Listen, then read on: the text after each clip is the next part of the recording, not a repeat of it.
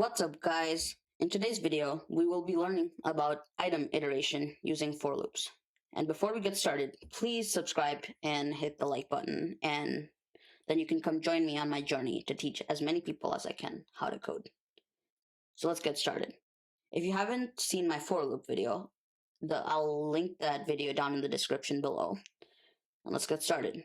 So first, we're going to create a list to iterate through. We can just say list1 here, and you can say list1 is equal to, and you can put whatever you want. You can just say Python, comma, we'll say 5. You can say true, and then you can say 8.9. Now we have to create a for loop to iterate through list1. So we can say for I in, and then we have to put our list here. So list1. And we can put a colon, and then we can print or do whatever we want inside list1. So we can just print we can just print I here because we're iterating through list1. And I'm gonna go over this syntax here. So this is the for loop syntax, but then if we do for I in list1, I will become the first variable the first time the loop runs.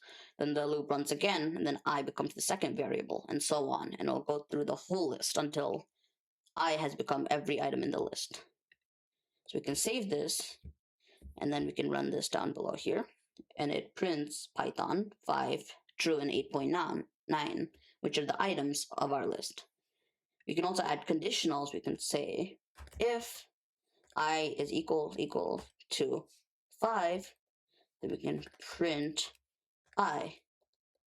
Then if that's not true, like if I, or if like I is equal to Python, which is not 5, we can say else print I is not 5. And we need to put quotations around this too. Say I is not 5. And we can save this and then run it. So it'll say I is not 5 because Python's not 5. Then it'll say 5 because I is 5 in the second time the loop runs right here. And then the last 2 times it'll say I is not 5 here. So now let's talk about indexing. You can also use indexing in the conditionals. So we can say if list1 I is equals to Python here, and put a colon, then print list1 I. And then we can also do an else here, and print I is not equal to Python. And then a key thing we have to do here is we have to change it from list1, because we can't iterate through an item and index an item here. We have to put a numerical value. So basically what we have to do here is replace list1 with range here, put range, and then here we have to put the len function, which is a function that will give you the length of a list here, or tuple. So we can put len and then list1. So it'll iterate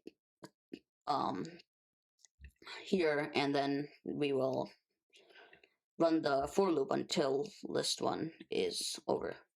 So once we run this, it'll say Python because the first item is Python, and then the last 3 items it'll say is not equal to Python because the last 3 variables are not equal to Python. So that's it for today's video. Thanks for watching, and please subscribe and hit the like button again.